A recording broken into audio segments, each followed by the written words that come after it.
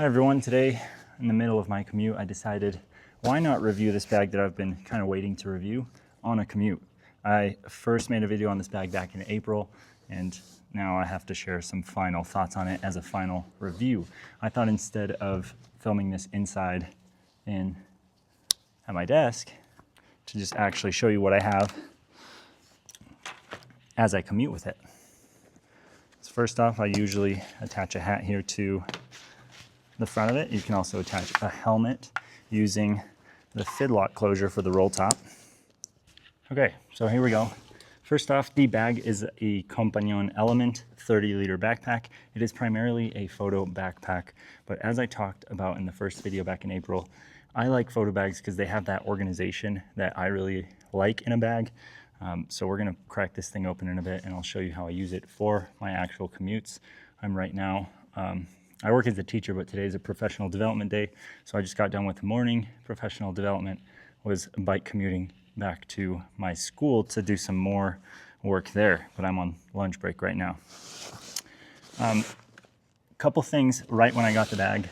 The X-Pack did not seem as high of quality as I thought it should be for the price.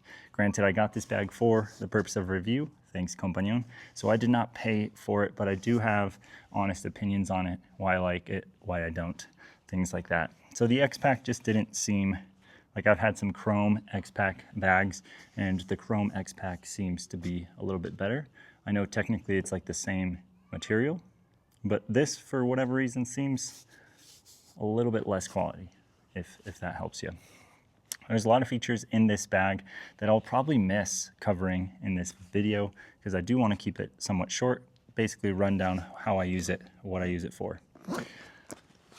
One other thing that I really did not like originally about this bag was the load lifters.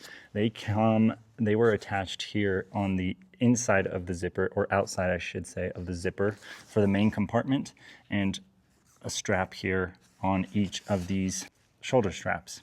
It just became cumbersome opening and closing to access the main compartment every single time because you would have to unlock those load lifters or keep them unbuckled, and then you have a bunch of straps just kind of dangling. I went in my head back and forth whether I should cut them or not. I ended up cutting them, and I really like this bag a lot more without them. Sure, I might miss them if I have a lot of gear on top and I would really want to get that load closer to my shoulders.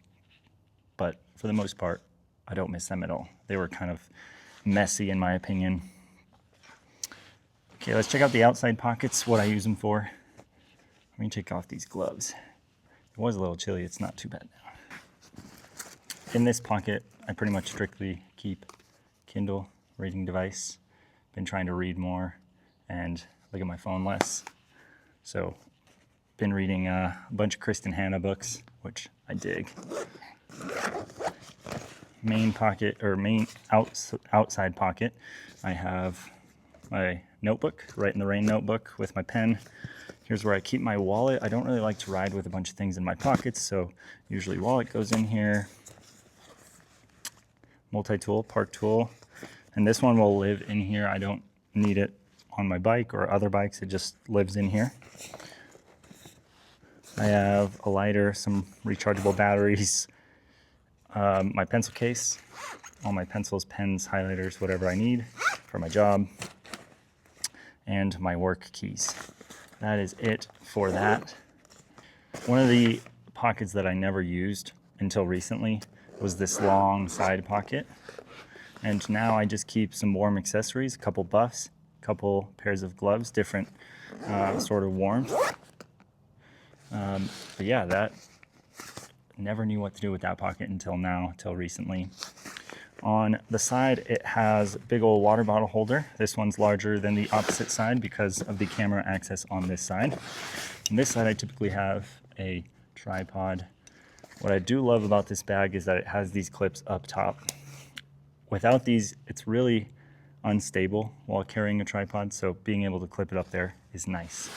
On this left side, or right side, you have the main camera access pouch, and I've created kind of a custom system that works for me, so I can put in this vlogging camera here without having to take off the mic. I'll show you that with a little phone clip because obviously I'm filming with it now. So opening the bag up, unzip both zippers and basically pop it open like that. Again, it's a camera bag.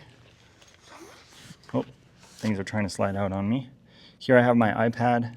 Use my iPad for work all the time, never a laptop. A couple of little pouches here with Velcro. On the inside, I'll try to show you here without spilling. DJI mic pouch, a couple extra batteries, and a little, I don't know, seal or flexible pocket pouch here. Here's my lunch, leftover Chinese. Hooray, I'm excited for that. Got a little Hover X1 drone. Like I said, here my main camera lives, or I guess this big camera. And then over here, which is a crop sensor, Sony a6600, for those who want to reference size. Up here I got my shoes that I'll wear because I'm right now wearing clipless shoes to ride to work. This bag does feature a closure where you can zip up the roll top, so the roll top can be housed independently of the camera stuff, which on paper is a really good thing. But in practice, the roll top kind of comes only down to here. And so it creates some awkward open space here, which creates sag in the bag. So I always have it open, and whatever I throw in the roll top will just crash with this top layer of padding. Lastly, you have this amazing Fidlock magnetic latch to pop open the roll top, and you can access that storage where my shoes are from up top. There is one hidden zipper down here which houses a rain shell for the whole bag. So X-Pack is pretty water resistant, but if you want extra protection from the rain, you can access that rain shell down here. So overall, do I think this bag is excellent for commuting? Yes and no. For days like today where I'm carrying a bunch of camera gear, things like that, absolutely, yes. Keeps it all organized. I know exactly where everything is.